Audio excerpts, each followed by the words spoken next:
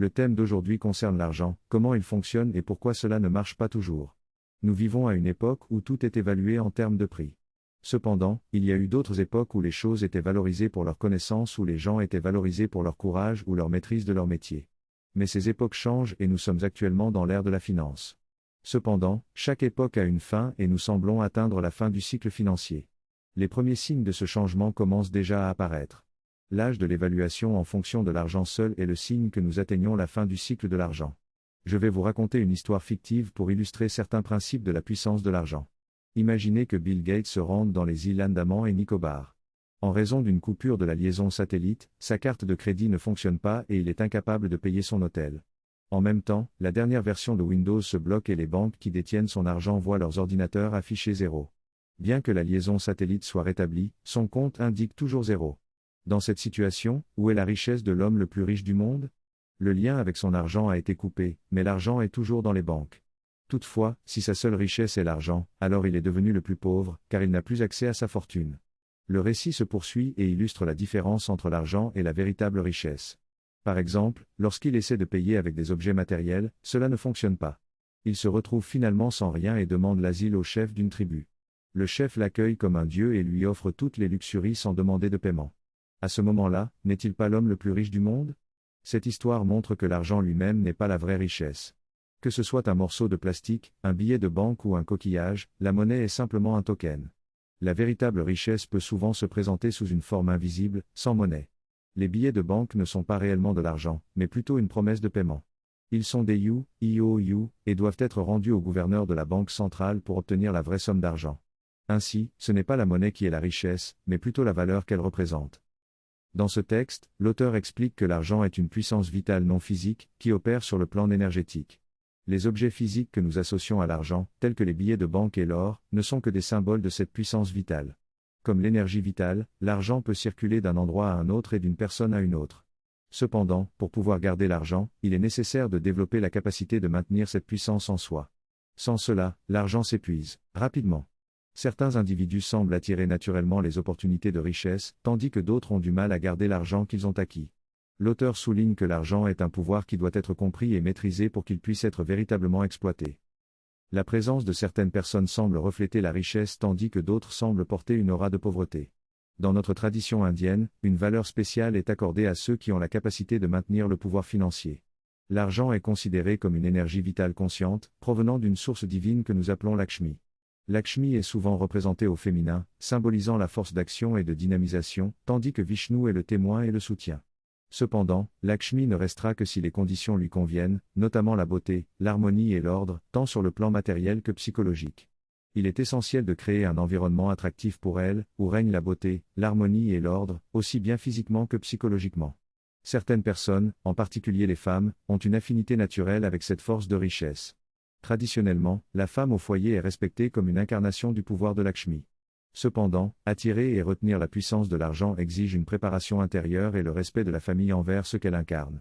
Une fois appelée, Lakshmi teste également notre habileté à gérer l'argent qu'elle apporte. Si nous l'utilisons correctement, elle nous accorde davantage de richesse. L'utilisation correcte de l'argent implique de l'utiliser au profit le plus grand. Cela peut inclure l'utilisation pour soi-même, pour le confort, pour la maison, pour le plaisir, et pour le plaisir des autres. Il ne s'agit pas d'une question de morale. Le bon usage de l'argent ne consiste pas seulement à le donner pour le bénéfice des autres, mais à l'utiliser de manière à ce qu'il croisse au maximum pour le bénéfice de tous. L'argent croît par le mouvement de la circulation, et il a besoin de circuler pour prospérer.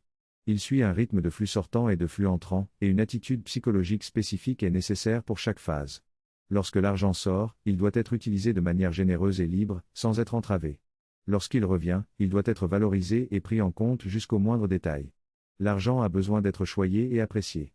Cependant, il y a une tendance à associer l'argent avec la culpabilité, mais cela est une fausse compréhension. L'argent est une force divine et doit être chéri comme tel.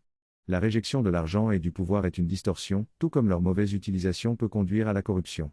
La clé est donc d'utiliser l'argent correctement, de manière équilibrée et en harmonie avec sa nature divine. La manifestation divine se compose de 4 aspects: Maheshwari, qui représente la connaissance, et la sagesse. Mahakali, qui incarne la force dynamique pour surmonter les obstacles. Mahalakshmi, qui symbolise la richesse et l'opulence. Et enfin Mahasarasvati, qui représente la perfection et la maîtrise de tous les talents. Cependant, il y a environ 2000 ans, l'Inde a commencé à se détourner de cette vision spirituelle de la vie en raison d'une correction excessive qui a mis l'accent sur la spiritualité autre monde, conduisant à une diminution de la connaissance, de la force, de la richesse et des compétences. En conséquence, l'Inde est tombée sous la domination coloniale et a sombré dans la pauvreté.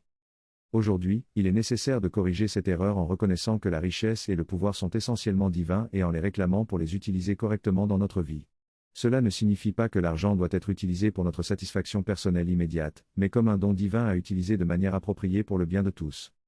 La relation avec l'argent et le pouvoir peut devenir une sadhana, une pratique spirituelle en soi, si nous les considérons comme des pouvoirs divins donnés en tant que fiduciaires plutôt que de les revendiquer pour notre ego. Il est nécessaire de se libérer de la culpabilité associée à la richesse et de se permettre de jouir de l'abondance dans le flux de la croissance et du bien-être pour tous. Les femmes ont un rôle crucial à jouer dans cette nouvelle ère où les caractéristiques de la Shakti divine prennent de plus en plus d'importance.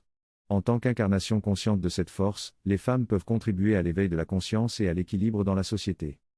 Dans la société actuelle, les structures économiques ont été construites en mettant l'accent sur la monnaie plutôt que sur le pouvoir qui la sous-tend. Il est nécessaire de changer cette vision et de revenir à une utilisation plus consciente et équilibrée de l'argent pour le bien de tous. En conclusion, il est essentiel de reconnaître la divinité de la richesse et du pouvoir et de les utiliser de manière responsable pour transformer notre vie et la société. Les femmes ont un rôle important à jouer dans cet éveil et peuvent contribuer à l'établissement d'un équilibre harmonieux et d'une prospérité partagée. Dans cet extrait, l'auteur souligne la fin de l'ère de la prédominance de l'argent et explique comment la valeur réelle des tokens utilisés comme moyen de paiement a été déconnectée. Initialement, les pièces en or, en argent ou en cuivre avaient une valeur intrinsèque.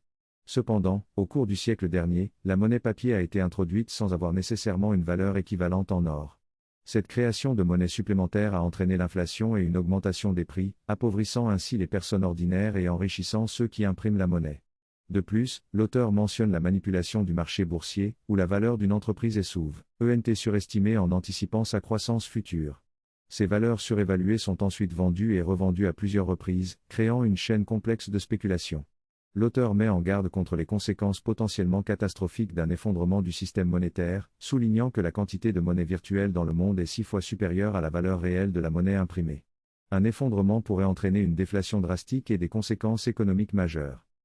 L'auteur souligne l'importance de jouer avec des valeurs réelles plutôt que des hypothèses et des faussetés dans le système financier.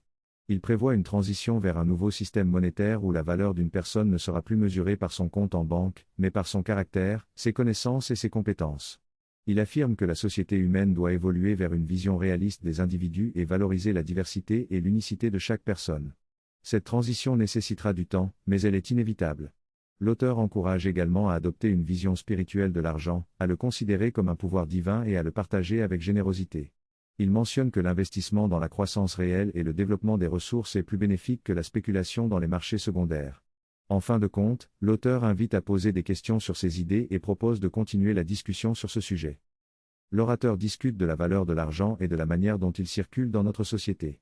Il souligne l'importance de dépenser de l'argent de manière réfléchie et d'investir dans des choses qui sont belles à nos yeux, ce qui contribue à la croissance de tous les aspects de notre vie.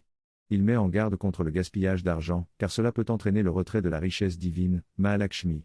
Il explique que la valeur réelle de l'or dépend du regard de celui qui le détient, et que les systèmes financiers anciens étaient basés sur la valeur perçue par chacun. Il envisage également un avenir où la monnaie indienne pourrait remplacer le dollar américain, car il prédit l'effondrement du dollar en raison de sa dépendance vis-à-vis de la Chine. Enfin, il souligne que l'inégalité de distribution de l'argent est la principale cause de la pauvreté en Inde et suggère que la solution réside dans une redistribution plus équitable de la monnaie. L'Inde a plusieurs raisons pour expliquer sa situation actuelle. L'une d'entre elles est le système hérité de la colonisation britannique. Le gouvernement indien a été conçu pour l'exploitation plutôt que pour la gouvernance. Par exemple, le représentant local le plus puissant est toujours appelé le collecteur dont le rôle principal est de collecter les taxes plutôt que de servir la population. Cette relation entre le gouvernement et le peuple est basée sur la peur et la domination plutôt que sur le service. La structure politique, et économique est déséquilibrée et obsolète et doit être réformée pour répondre aux besoins du peuple indien. De plus, la richesse réelle de l'Inde est sous-estimée car elle est mesurée en dollars américains et le taux de change de la roupie indienne est maintenu faible par rapport au dollar. Cette sous-évaluation artificielle masque la véritable richesse du pays. Une fois que le dollar américain s'effondrera, la véritable richesse de l'Inde sera révélée. Pour parvenir à une véritable prospérité, il faut également remettre en question notre concept de confort et de beauté. Il ne s'agit pas d'un gaspillage si l'on peut se permettre d'améliorer notre confort et notre environnement. La souffrance et la laideur ne sont pas divines, il est donc préférable d'apporter de la beauté et du confort dans notre vie si nous le pouvons. Malheureusement, nous sommes souvent insensibles à la beauté et n'accordons pas d'importance à l'environnement qui nous entoure, même dans les lieux sacrés comme les temples. Nous devons être plus sensibles à la beauté et à l'harmonie, et prendre soin de nos espaces pour attirer la richesse et le bonheur. La pauvreté en Inde est en partie due à notre insensibilité à la beauté et à l'ordre, et tant que nous accepterons l'insalubrité et la laideur dans nos vies, la richesse ne viendra pas. Mais si nous devenons sensibles à la beauté et créons des espaces harmonieux, alors la richesse reviendra en Inde, qui a été l'une des civilisations les plus riches du monde pendant des milliers d'années. Cette civilisation a toujours aspiré à une démonisation globale de la vie. Nous examinons ici les principes psycho-spirituels profonds qui se cachent derrière la croissance et l'accumulation de richesses. En les comprenant et en les appliquant dans nos propres vies, nous pouvons contribuer à les propager dans tout le pays et faire de l'Inde, une fois de plus, un pays splendide, opulent et prospère à tous égards. Namasté, applaudissements.